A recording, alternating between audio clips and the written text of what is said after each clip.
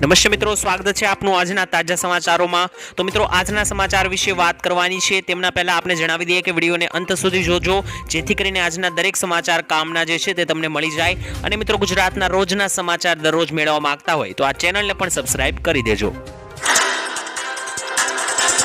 તો મિત્રો, આજના પ્રથમ સમાચાર વિશે વાત કરીએ તો હવે ગુજરાતમાં ઉડતી ગાડી જોવા મળશે। મિત્રો, વાઇબ્રન્ટ ગુજરાત સમિટના બીજા દિવસે કેન્દ્રીય મંત્રી નીતિન ગડકરીએ મોટી જાહેરાત કરી છે। અને મિત્રો, ગુજરાતની હવામાં આગામી દિવસમાં ઉડતી કારો એટલે કે મોટી ગાડીઓ જોવા મળશે એમ એણે જણાવ્યું। સાથે જ મિત્રો, નીતિનભાઈ ગડકરીએ કહ્યું કે ગાંધીનગરમાં એર ટેક્સી ઉડતી જોવા મળશે, એટલે કે મિત્રો હવામાં ગાડીઓ ઉડતી જોવા મળશે અને ગિફ્ટ સિટીમાં હવામાં ટેક્સી ચાલશે, તે માટે અમે આયોજન કરી રહ્યા છીએ। તો મિત્રો, આવનારા સમયમાં જે છે તે ઉડતી ગાડીઓ જોવા મળશે। હવે ક્યાં સુધીમાં જોવા મળશે તેની કોઈ જાહેરાત નથી કરવામાં આવી। તો મિત્રો, આ મુદ્દે તમારો શું અભિપ્રાય છે મને કોમેન્ટમાં લખીને જણાવી આપજો। મિત્રો, ત્યાર પછીના સમાચાર વિશે વાત કરીએ તો પાક વીમા અંગે મોટી જાહેરાત કરવામાં આવી છે। મિત્રો, ખેડૂતો માટેના સૌથી મોટા સમાચાર આવી ગયા છે। હવે ફરી એકવાર પાક વીમાને લઈને વિવાદ સામે આવ્યો છે।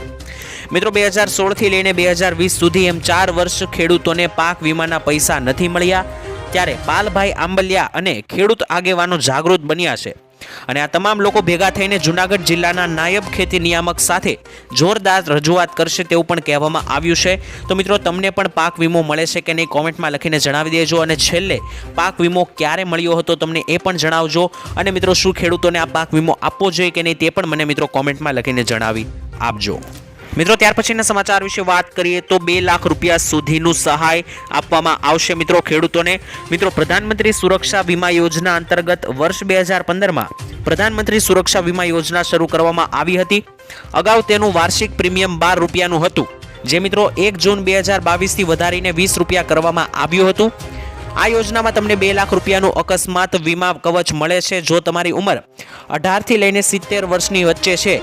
તો મિત્રો, તમે આ સુરક્ષા વીમા યોજનાની ખરીદી કરી શકો છો, જે દર વર્ષે માત્ર 20 રૂપિયા ચૂકવીને 2 લાખ રૂપિયાનું સુધીનું કવરેજ આપે છે। અને મિત્રો, આ વીમાનું પ્રીમિયમ 1 જૂનથી 30 મે સુધી માન્ય છે। સૌથી સારી વાત એ છે કે આ પોલિસી મેળવવી ખૂબ જ સરળ છે અને તમે કોઈ પણ બેંકની શાખા પર જઈને અથવા તો તમારી બેંકની નેટ બેન્કિંગ દ્વારા ઘરે બેસીને પણ આ યોજના હેઠળ પોલિસી લઈ શકો છો, જેમાં મિત્રો તમને 2 લાખ રૂપિયા સુધીની વીમા પોલિસી આપવામાં આવશે। મિત્રો, ત્યાર પછીના સમાચાર વિશે વાત કરીએ તો 75,000 રૂપિયાની સહાય જે છે તે આપવામાં આવશે। ખાસ મિત્રો, કિસાનોને નવું સાધન ખરીદવા માટે આ યોજના શરૂ કરવામાં આવી છે। કિસાન પરિવહન યોજના 2024 વર્ષમાં શરૂ કરવામાં આવી છે। ખાસ ખેડૂતો માટે માલવાહનો ખરીદવા માટેની આ સહાય છે, જેમાં મિત્રો વાત કરીએ તો માલવાહક વાહનની ખરીદી પર ખેડૂતોને 75,000 રૂપિયા સુધીની સહાય મળવાપાત્ર થશે અને આ યોજનાનો લાભ કોઈ પણ ખેડૂત લઈ શકે છે, જેમાં મિત્રો નાના સીમંત અને SC/ST કેટેગરીની મહિલાઓને 35% અથવા તો 75,000 રૂપિયાની સહાય મળવાપાત્ર થશે, તેમજ સામાન્ય તથા અન્ય ખેડૂતોને 25% અથવા તો 50,000 રૂપિયાની સહાય જે છે તે મળવાપાત્ર થશે। અને આ સહાય મિત્રો ખેડૂતોને જે છે તે નવા વાહનની ખરીદી પર આપવામાં આવે છે, એટલે કે ખાસ ખેડૂતો માટે વાહક વાહનો ખરીદી પર મિત્રો આ સહાય જે છે તે આપવામાં આવશે અને મિત્રો જે પણ ખેડૂતો ઇન્ટરેસ્ટેડ હોય તે આ યોજનાનો લાભ લઈ શકે છે। ત્યાર પછીના સમાચાર વિશે મિત્રો વાત કરીએ તો ઉત્તરાયણ પર કરી લેજો આ કામ। મિત્રો, ઉત્તરાયણના દિવસે અસંખ્ય અબોલ પક્ષીઓ દોરીમાં ફસાઈને ઘાયલ થતા હોય છે, તેમજ તેમનામાં કેટલાક પશુ પક્ષીઓનું મોત પણ થતું હોય છે, મૃત્યુ પણ નિપજતું હોય છે। ત્યારે મિત્રો, તમે આ દિવસે માત્ર એક ફોન કરીને એક જીવને બચાવી શકો છો। ખાસ મિત્રો, જો તમને કોઈ પણ ઘાયલ પક્ષી મળે તો નજીકના પશુ દવાખાના અથવા તો 1962 પર ફોન કરીને કરુણા અભિયાનમાં સહભાગી થઈ શકો છો। આપનો એક ફોન કોઈ એક પક્ષીનો કિંમતી જીવ બચાવી શકે છે, માટે દરેક યુઝર્સને અપીલ છે કે આ ભગીરથ કાર્ય ચૂકશો નહીં। શક્ય તેટલી મદદ કરીએ અને જ્યાં પણ મિત્રો તમને કોઈ ઘાયલ પક્ષી દેખાય અથવા તો કોઈ પશુ દેખાય તો મિત્રો આ નંબર પર ફોન કરીને તમે માહિતી આપી શકો છો, જેથી કરીને તે અબોલ પક્ષીનો જીવ બચી શકે। દેવા માફી અંગે મિત્રો ડિટેલમાં વાત કરીએ તો ભારત દેશમાં અન્ય રાજ્યોની સરખામણીમાં દેવાદાર ખેડૂતોમાં ગુજરાત 9મા ક્રમે છે। એક માહિતી મુજબ મિત્રો ગુજરાતમાં ટોટલ જોઈએ તો 37,28,640 ખેડૂતોએ કૃષિ લોન લીધેલી છે અને મિત્રો તેમાંથી 37.28 લાખ ખેડૂતોને માથે ટોટલ મિત્રો 98,285 કરોડ રૂપિયાનું દેવું છે। લોન મુજબ ગુજરાતના દરેક ખેડૂતોને માથે સરેરાશ 2,63,595 રૂપિયાનું દેવું છે, એટલે કે એક ખેડૂત દીઠ એક વ્યક્તિ દીઠ 2 લાખથી લઈને 2.5 લાખની આસપાસ દેવું છે। જ્યારે મિત્રો તેલંગાણાની સરકારે લાખ રૂપિયા સુધીની કૃષિ લોન 15મી ઓગસ્ટના રોજ માફ કરી છે। જેના કારણે અને ગુજરાતમાં પણ લોકસભાની ચૂંટણી આવવાને કારણે ફરી એકવાર દેવા માફીનો મુદ્દો ચર્ચામાં આવ્યો છે, કારણ કે તેલંગાણા જેવા અન્ય રાજ્યોમાં પણ મિત્રો ઘણા એવા રાજ્યો છે જ્યાં ખેડૂતોની લોન માફ અને દેવું માફ કરવામાં આવ્યું છે, પરંતુ ગુજરાતમાં મિત્રો હાલ એવા કોઈ પણ પ્રકારના સમાચાર નથી આવી રહ્યા. તો ગુજરાતના ખેડૂતોનું પણ દેવું માફ કરવું જોઈએ કે નહીં, મને કોમેન્ટમાં લખીને જણાવી દેજો.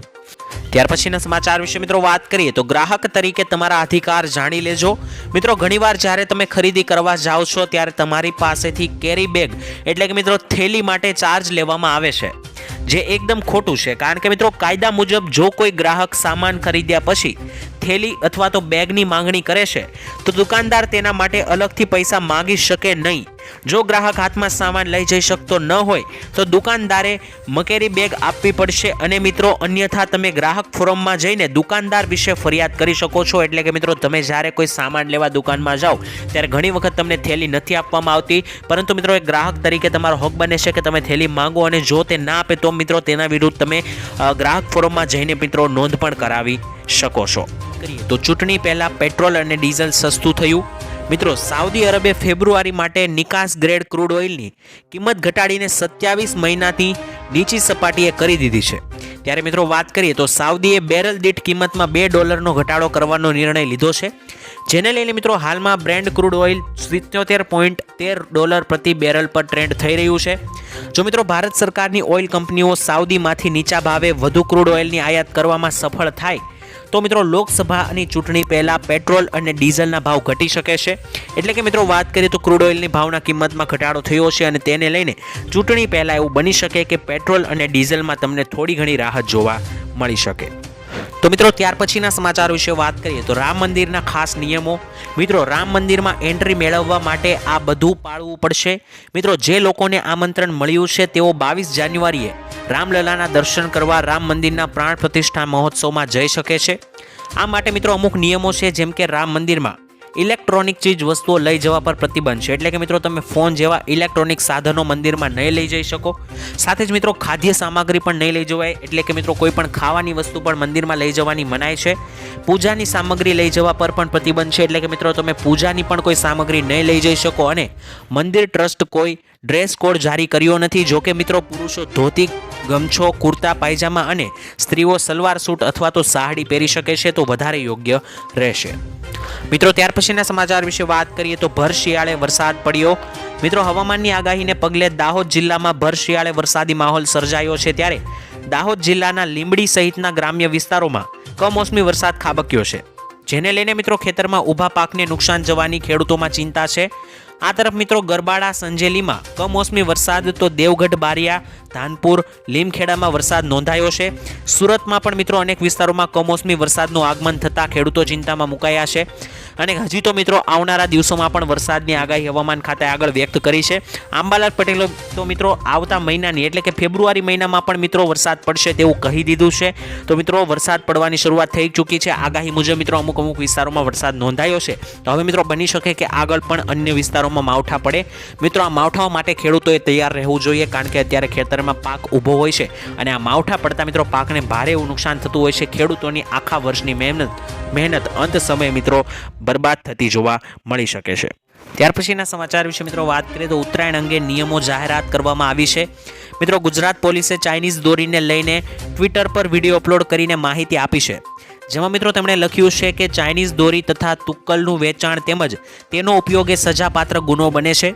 જો આપને આ પ્રકારની પ્રવૃત્તિ કરવાની માહિતી મળે તો 100 નંબર ઉપર કોલ કરો અથવા તો નજીકના પોલીસ સ્ટેશન પર જઈને માહિતી આપો. ઉલ્લેખનીય છે કે મિત્રો દર વર્ષે ચાઇનીઝ દોરીને કારણે અનેક લોકો તથા પક્ષીઓ પણ મોતને ભેટે છે, જેને લઈને મિત્રો આપણે માણસાઈ દાખવવી જોઈએ. તહેવાર છે તો તહેવાર નિમિત્તે ઉજવવો જોઈએ, અને આવી મિત્રો અન્ય લોકોની જાન જોખમમાં નાખે અથવા તો જીવ લઈ લે તેવી વસ્તુઓ ના વાપરવી જોઈએ. મિત્રો ચાઇનીઝ દોરીથી અનેકો લોકોના મોત દર વર્ષે આપણે જોઈએ છે, આંકડાઓ આવતા હોય છે, થતા હોય છે. તો મિત્રો આવી વસ્તુઓ જે બીજાના જીવ લે તેવી વસ્તુ મિત્રો આપણે ના વાપરવી જોઈએ. અને જો મિત્રો આવું કરવામાં આવશે, નિયમોનો ભંગ કરવામાં આવશે, તો તેના વિરુદ્ધ મિત્રો કાર્યવાહી પણ થઈ શકે છે. તો મિત્રો ત્યાર પછીના સમાચાર વિશે વાત કરીએ તો મહિલાઓને મળશે 37,000 રૂપિયાની સહાય. મિત્રો તમારા ઘરમાં અથવા તો કોઈ સગા સંબંધીના ઘરમાં જો કોઈ બાળકનો જન્મ થયો હોય અથવા તો થવાનો હોય તો તેમને મળશે ₹37,000ની સહાય।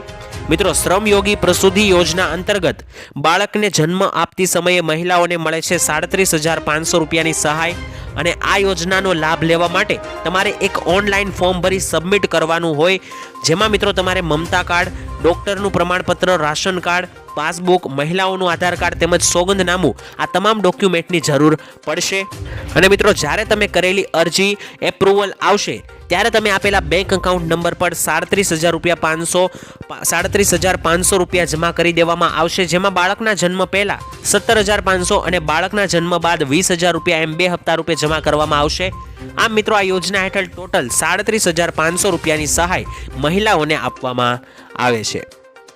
મિત્રો ત્યાર પછીના સમાચાર વિશે વાત કરીએ તો મોટો નિર્ણય લેવામાં આવ્યો છે, ₹50,000 સુધીની સહાય મળશે। મિત્રો સમાજમાં તમામ ધર્મોની સમાનતા અને સામાજિક સમરસતાને પ્રોત્સાહન આપવા માટે સમાજ કલ્યાણ વિભાગ દ્વારા મુખ્યમંત્રી સમૂહ લગ્ન યોજવામાં આવે છે।